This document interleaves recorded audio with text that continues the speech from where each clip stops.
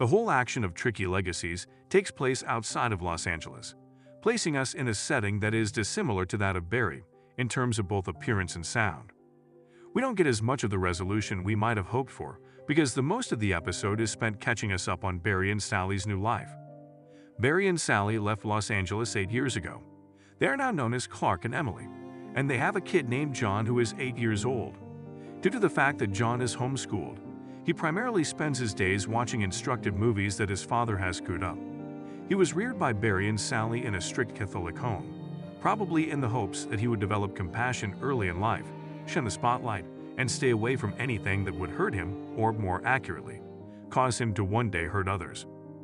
Barry utilizes John's altercation with his only friend Travis early in the episode to teach him about getting over his anxieties, managing his emotions, and accepting responsibility. All things Barry himself has failed to do. However, while John seems like a typical youngster, Barry doesn't seem to understand how his isolated, oppressive environment may turn him into a distinctly abnormal adult. Barry shows John distressing footage of children suffering serious injuries while playing baseball, quickly turning him off of the game once he begins to play catch with Travis. In order to ensure John gets everything he needs, he won't even let him have a comforter for his chilly bedroom, citing the feeding of the 5,000. Despite how little John knows about his father, at least he feels a connection to him.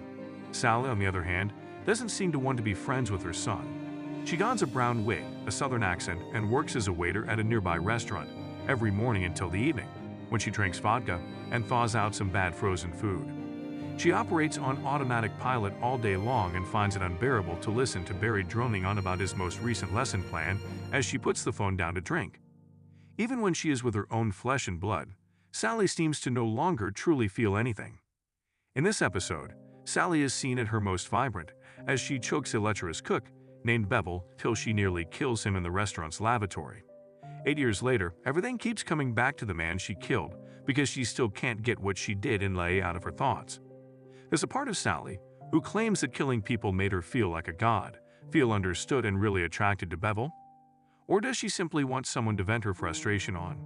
Nevertheless, even though he found her wig, he won't be a problem in the future. By alleging he stole from the business, she is sure to have him fired. Sally could care less about what her own son thinks of her and is utterly unconcerned by his neediness. Barry, who is fixated on perfecting his image of the strict but loving father, does not feel that way. He ultimately admits to John that he was previously a Marine while pretending to have been in the military as a doctor. Later, he tells him a slightly altered version of the tale of Albert, the soldier in Afghanistan whose life he saved, who appeared in Season 3. Barry actually pursued the person who shot Albert, but also ended up killing a bystander. He didn't kill anyone in the revised narrative. Instead, it was his responsibility to keep people safe. In essence, Barry still aspires to be a hero. He won't ever perform on the Hollywood stage again, but he continues to act as he always has since the show's inception. And despite everything, he is still skilled at backward logic and rationalization. Consider what he read from Heroes Exposed. St. Augustine was a bathhouse addict. Lincoln killed Native Americans and advocated for black people to return to Africa. And Gandhi hypocritically refused to give his wife penicillin while later abusing malaria medications. On its face, the presence of the television show Heroes Exposed is an amusing joke, but Barry's interest in it also reveals a lot about his mental state. Even though other individuals might find watching a show like that depressing, it hurts to discover that your favorite is problematic. Barry is able to mentally deduce an uplifting lesson from it. Lincoln may have had his shortcomings, but no one can dispute his ability as a leader. Barry was also fallible. Can't he do good and rise to the level of Lincoln's heroes? Everyone, after all, has a tricky legacy.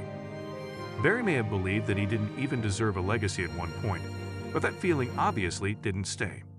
The 8-year time jump's most important lesson may be that Barry is still the same narcissistic, self-mythologizing character, even though he has gained some weight and is now wearing glasses, even though he can't recall which artwork the gun is concealed behind. He reflexively opens the door when he hears a knock at night, and he determines right away that he needs to assassinate Gene Cousineau when he finds out online that he might be working as a consultant on a Barry Berkman biopic. Again, hijacking a narrative Barry feels he should be able to tell on his own terms. Perhaps, even with faith, there are those people whose fundamental lack of self-awareness never changes. In spite of the fact that religion ought to make atonement simpler, It occasionally serves as a justification or a smokescreen. Some people have all the time in the world to examine themselves, to face the errors they've made and the people they've harmed, yet it still isn't sufficient because there is a fundamental discrepancy between the people they believe themselves to be and the people they actually are. Last season, meeting the relatives of Barry's victims was insufficient to help him truly understand who he was. Going to jail wasn't an option, and getting this exceptional chance to start over wasn't either. He still believes he is the protagonist of this tale 8 years later.